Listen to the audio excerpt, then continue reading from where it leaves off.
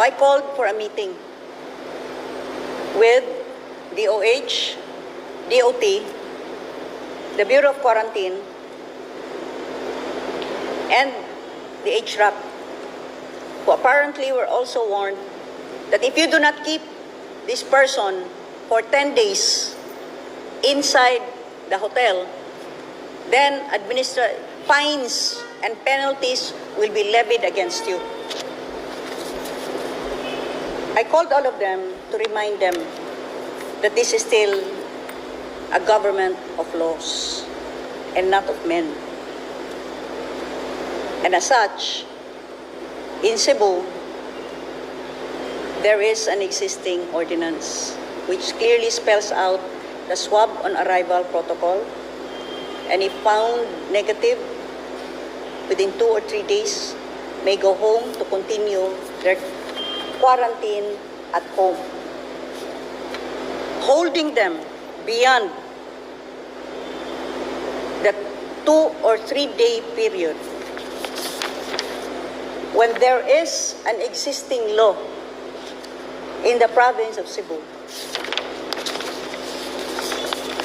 could expose them to possible charges of kidnapping and serious illegal detention, as well as resistance and disobedience to a person in authority or agents of such person. The only reason that you can hold a person inside a hotel is if there is an existing law. The existing law right now in Cebu is that you are tested upon arrival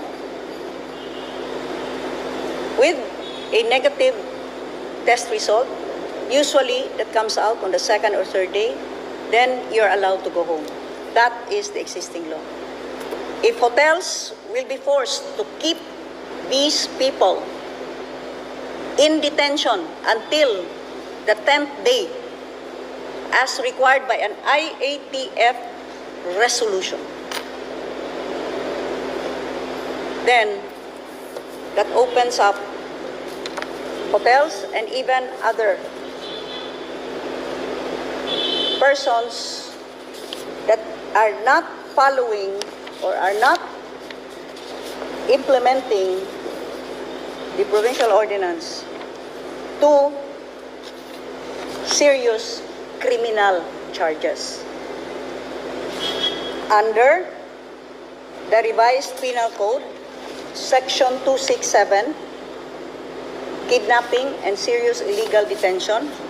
Let me read this.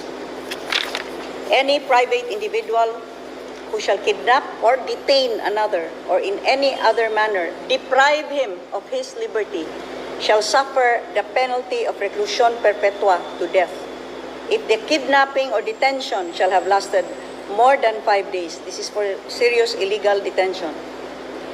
If it shall have been committed simulating public authority, physical injuries have been inflicted, if the person is kidnapped or detained, shall be a minor, female, or public officer. So that is Section 267.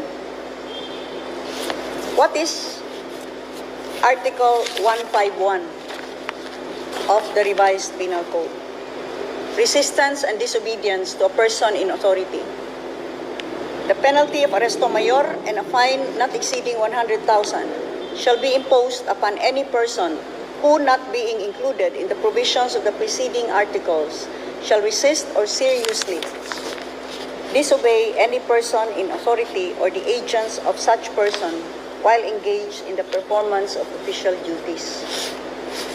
The explanation for this is Article 151 of the RPC punishes unjustifiable disobedience of lawful orders of persons in authority or their agents. Now, I, as Chief Executive of the Province of Cebu, am tasked to implement the provincial ordinance, which spells out the protocols for arriving ROFs and OFWs. Otherwise, I may be charged with dereliction of duty.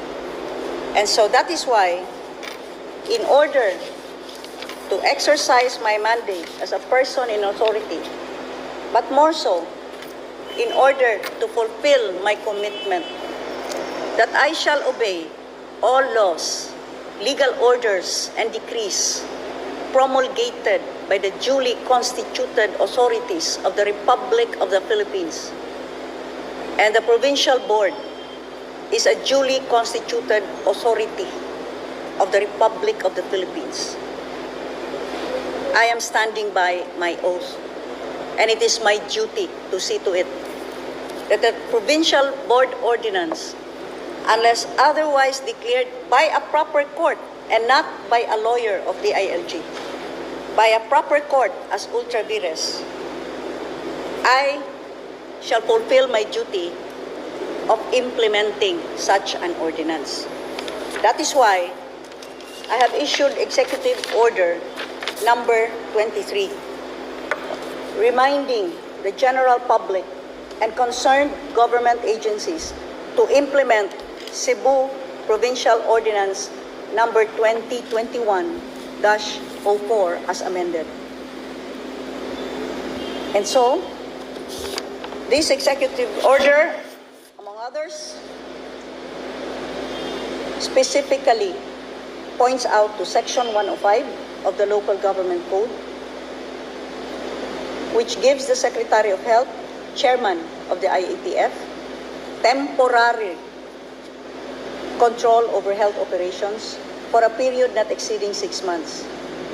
It's been over a year. Since last March, when the Iatf was first convened by virtue of Executive Order 168, it's been a year and 3 months. In no case shall such control exceed a cumulative period of 6 months. With the concurrence of the local government unit concerned, the period for such direct national control and supervision may be further extended.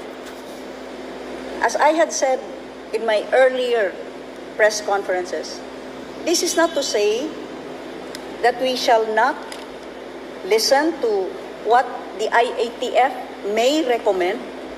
In fact, that is why I have invited the IATF over to Cebu to present their data, their rationale, their science to the Provincial Board. But then, in the end, as mandated by the Local Government Code, it is the local government unit that has to decide, because we, above all, must uphold the